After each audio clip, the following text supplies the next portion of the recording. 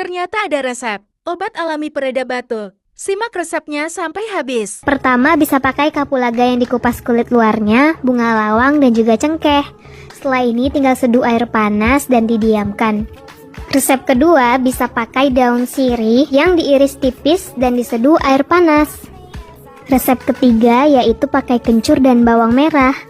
Bisa diiris tipis atau diparut dan diseduh air panas. Resep keempat, bisa pakai jahe merah dan serai, diiris kemudian diseduh air panas. Resep kelima, bisa pakai saffron kemudian diseduh air hangat.